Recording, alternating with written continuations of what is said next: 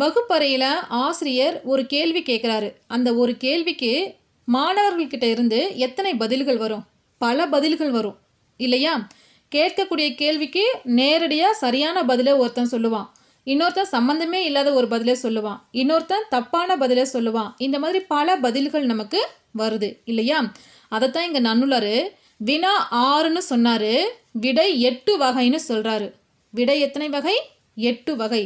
என்னென்ன வகை அப்படின்னா, சுட்டு மறை நேர் ஏவல் வினாதல் உற்றது உரைத்தல் உருவது கூறல் இனமொழி எனும் என் இறையுள் இறுதி நிலவிய 5ம் அப்பொருண்மையின் நேர்ப அப்படின்னு சொல்றாரு.